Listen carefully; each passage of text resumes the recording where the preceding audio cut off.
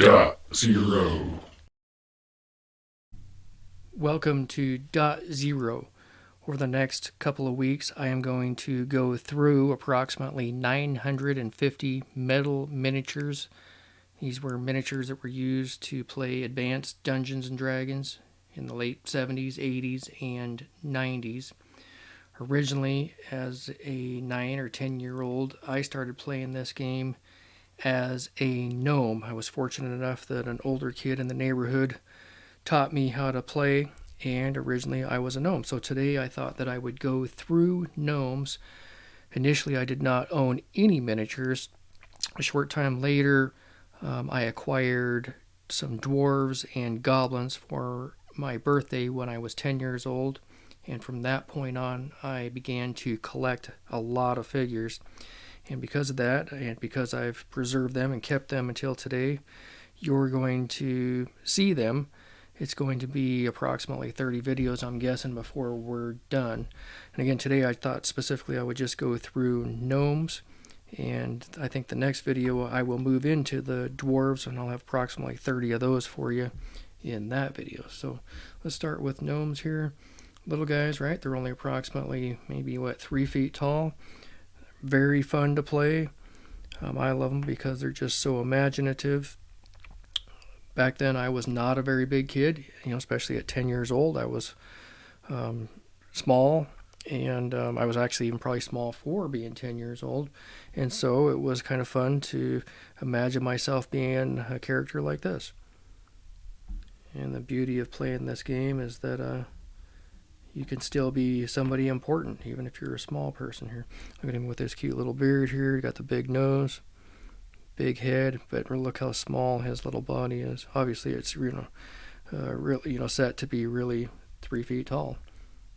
Okay, so I've got another one that's exactly the same, but this is the original copy of that.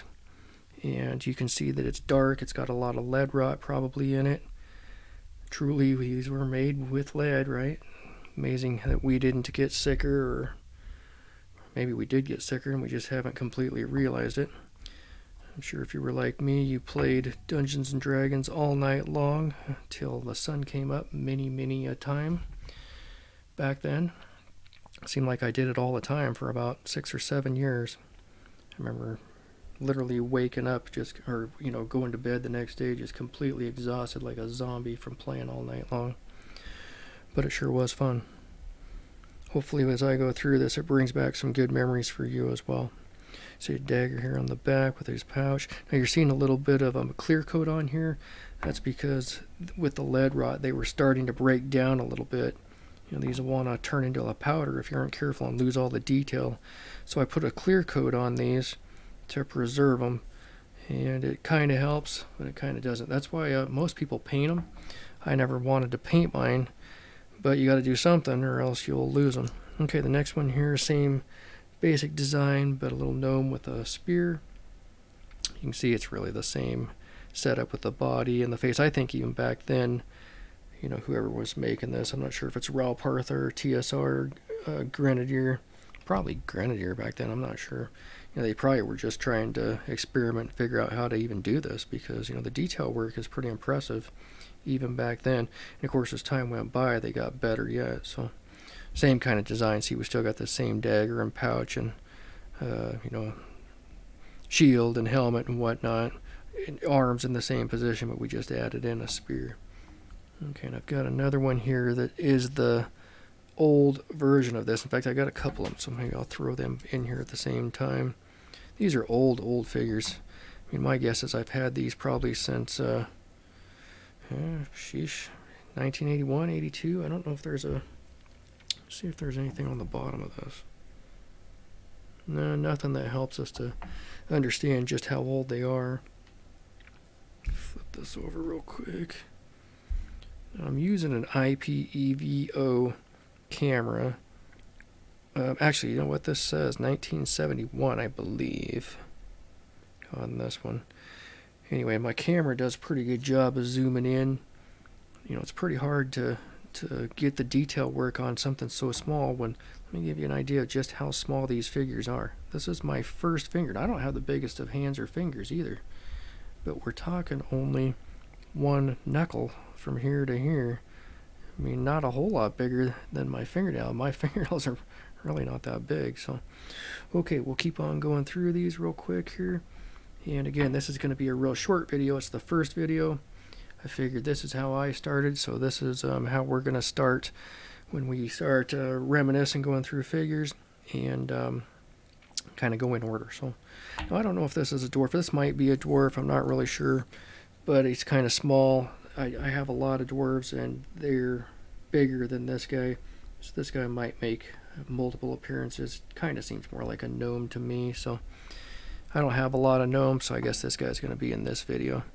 And he's got a unique little shield here that I think we're going to see again. I'm not sure who else. I've got some other miniatures that I think have that same design. Nothing on the bottom here. Okay, and then the last one is just going to be kind of a curious figure here. It's like it's actually two pieces. A guy sitting on a stump, and it's like he's like a little king or something. Like he's sitting on a throne out in the middle of the forest. I have no idea why. See if I can kind of hold it together for you, but so you can actually see here that he's got like a crown up here. Hopefully that's going to zoom in. Maybe I can tip this up and you can see his face a little bit. And seeing he's got like a little scepter coming across the front here. See that?